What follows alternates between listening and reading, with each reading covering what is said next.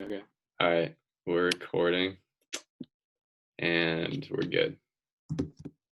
Hi, everyone. Thank you for coming to our Chem 580 final presentation. We hope you are all doing well during these times. So, Oscar and I decided to do our final presentation on bromelain. If you don't know what bromelain is, you're about to find out. So, let's get it started. So what is bromelain? So if you guys have ever eaten a pineapple, you might know. So if you've ever eaten pineapple, you might have felt this like tingling or like burning sensation, depending on how much you ate. Although like if you ate a ton, then this will probably happen to you. But afterwards, a lot of people experience this burning sensation after eating pineapple. And this, Andrew and I found out, is primarily or it's due to the fact that there's this chemical substance called bromelain in the fruit. It's primarily found in the stem, actually, but it's also present in the fruit. And so this chemical is actually what is causing your burning symptoms that I've actually felt myself. Yeah, so this kind of just caught our attention and was something we wanted to look deeper into. Yeah. So, what is bromelain from a chemistry perspective? Bromelain is a protease, which means it's a protein digesting enzyme. And if you didn't know, an enzyme is basically a biological catalyst, which means that it speeds up reactions in nature. So the chemical formula for bromelain is C39H66N2O29. So obviously, as you can see, it's a pretty complex molecule. There's a lot going on in it. And due to this fact, bromelain also has a molecular weight of 1029.6 grams per mole, which is, yeah, it's a pretty big molecule to be working with. So here we have a comic that Andrew and I found pretty funny, but at the same time, pretty chemically or scientifically accurate. So this girl says, "What's up with the pineapple?" Then this cat-like figure, for some reason, is included, and they say, "Oh, they're very spooky. Is it because of an enzyme called bromelain? And this enzyme is breaking down proteins." So what is actually funny is that when you're eating pineapple, it's actually like it's eating you back. And so obviously like this notion is horrifying to the girl, and to Andrew and I, or no, it's more like interesting to Andrew and I. But yeah, but this is actually, it's not even like an exaggeration or anything. Like the chemical bromelain is trying to digest your mouth, the proteins in your mouth, the proteins in your throat. So it's basically eating you back, which we thought was both cool and funny, I guess. Yeah. All right, so the structure of bromelain, as you're looking at in the diagram, bromelain, it's pretty big, so it has a number of different functional groups. For example, the alkane functional group, you can see from the arrow, the CH3, and there's a bunch of alcohols with the OHs, as well as ketones, which is like the O double bonded. They also have like ethers and finally amines, which is like the NH. So in addition to having all these functional groups that kind of like affect how it works as a molecule, bromelain itself is composed of at least um, five different digestive enzymes, I think. Oh yeah, yeah. And you can kind of see those with like the circular or like hexagonal structures. In addition, it has H bonding, so it can bond easily with other bromelain molecules due to its stronger IMFs. So then we wanted to ask this question of like, so what? What does this really mean? So like I said before, the enzyme bromelain is actually digesting your mouth and throat. So it's no wonder why you can feel such discomfort after, and this burning and uncomfortable sensation after eating such a large amount of pineapple. And it's this digestion effect, which is actually what makes pineapple such a popular meat tenderizer, especially like steak, I think, which makes sense that it's tenderizing it because it's like digesting the proteins. And yeah, and then believe it or not, we need enzymes to survive as human beings. They're essential to our survival as a species in our bodies, because an important example of this is like the enzyme pepsin, which, like bromelain, is also proteolytic, so it's digesting proteins. And this pepsin is found in the stomach, and without pepsin to speed up the reaction as a like biocatalyst does, the stomach would not have enough hydrochloric acid to successfully digest food, which is kind of crazy. And yeah, so pepsin functions a lot like bromelain in that way, just with different purposes. Um, yeah. Okay, so what makes bromelain a biocatalyst? So, using our knowledge from class, we know that an enzyme lowers the activation energy for a reaction. And as you can see on the reaction diagram on the right, we can actually see that without the enzyme, the activation energy is a lot higher than with the enzyme. So, this means that the reaction can proceed at a higher rate than usual. So, enzymes act as catalysts by speeding up reactions. And then the bio part of biocatalyst just means that it's like a natural compound that we can find in our bodies. So that's what makes bromelain a biocatalyst. So the effectiveness of bromelain as a catalyst depends actually on a few scientific factors, some of which we looked at in class this past year. So pH is one of those. We discovered that bromelain has an optimum pH level of 7.1. So this, which is like right in the middle of the spectrum, I guess. I think it's the same as water around, but this is where bromelain functions best, kind of in that range where 7.1 would be like the median. And then you can see an example, or you can see this like shown in the diagram on the right.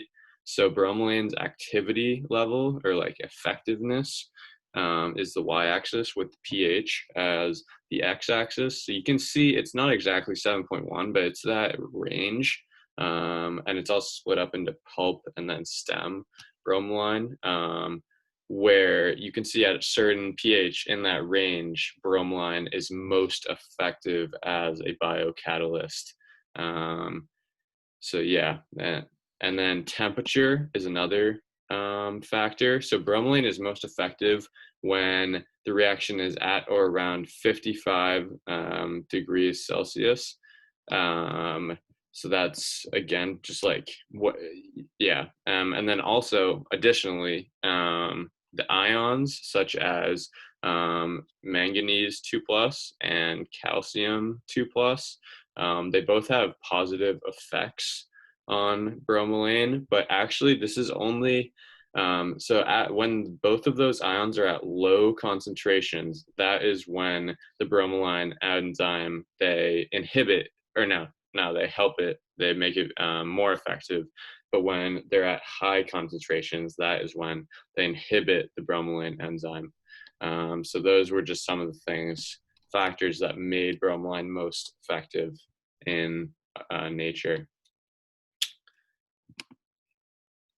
Yep. So now we have bromelain as a biocatalyst.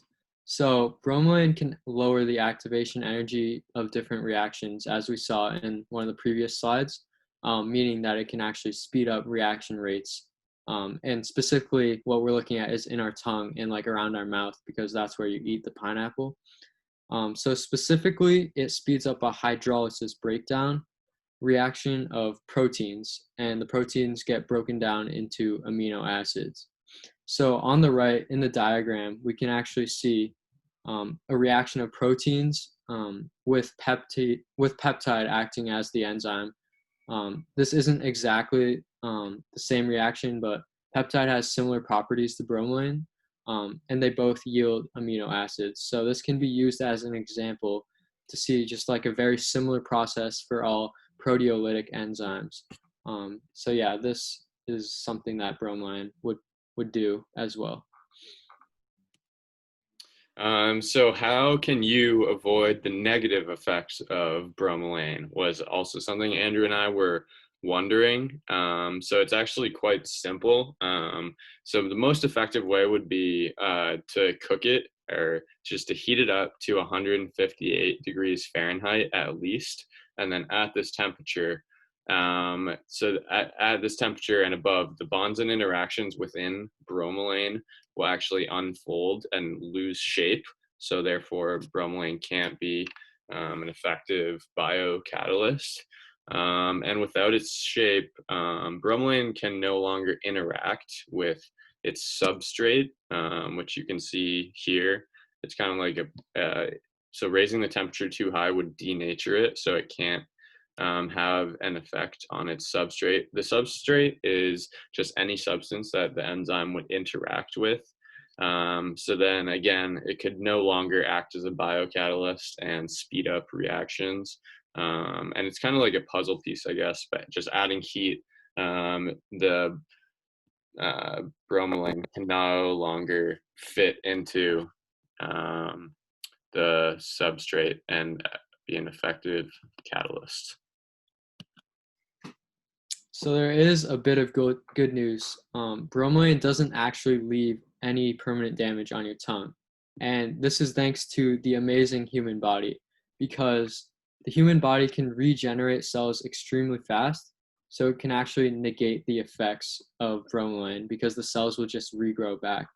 Um, so despite that bromelain kind of like breaks down proteins, it does have some medical effects that have been proven, and we'll get into those specifically in the next slide. And also, before we do that, we have a nice little meme explaining why pineapples and bromelain, like just kind of how they do their thing. So yeah, I guess we'll get on to the next slide now. So the applications of bromelain, especially in like the medicinal field. So here pictured, first of all, is you can see it's like a supplement that you can take. I'm not sure if this is a prescription type thing or you can just get it over the counter. I'm pretty sure it's over the counter.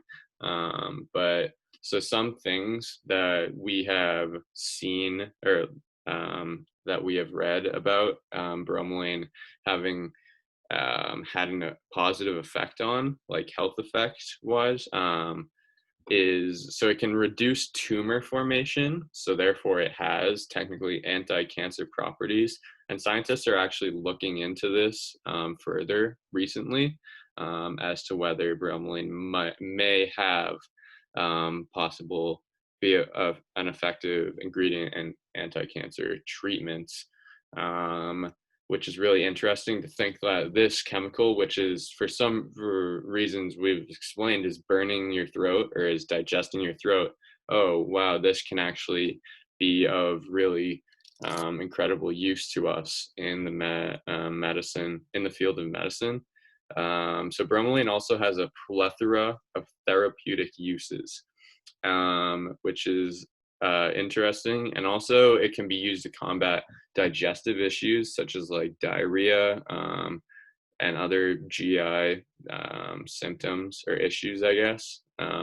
Also, it can be used to reduce inflammation and finally to treat various cardiovascular diseases. So bromelain has been studied for a long time and used as kind of an herbal medicine.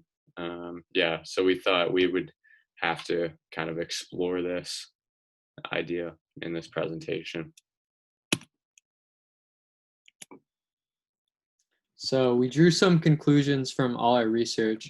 To sum it up, Oscar and I are both extremely curious to see how the use of bromine, especially in the medical field, will develop because scientists are working on different applications of bromelain as we speak. And especially because it has anti-cancer properties, which makes it really interesting. So we're eager to see how scientists can apply this bromelain to cancer treatments in the future. And yeah, we're also confident that bromelain will be very useful in the future in terms of transforming the lives of many people as scientists continue to research its effects because it has a wide range of properties that can be used for different medicines. And finally, our final conclusion is that based on the chemistry, pineapple does in fact belong on pizza. I mean, because if you heat up a pineapple on a pizza in like a 450-degree oven, we already reviewed in the other slides that the bromelain will kind of like fall apart. And then, so therefore, your throat and your mouth won't get like digested. So, yeah, pineapple should go on pizza. Finally, here are our sources. And yeah, we just wanted to thank you guys for watching, and I don't know, have a great summer. All All right, right. Thank bye. you.